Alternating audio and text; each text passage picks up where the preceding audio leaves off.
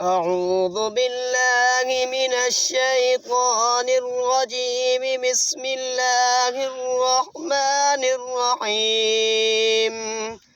لو أنزلنا هذا القرآن على جبل لرأيته خاشعا متصدعا من خشية الله وتلك الأمثال نضربها للناس لعلهم يتفكرون هو الله الذي لا إله إلا هو عالم الغيب والشهادة هو الرحمن الرحيم هو الله الذي لا إله إلا هو الملك القدوس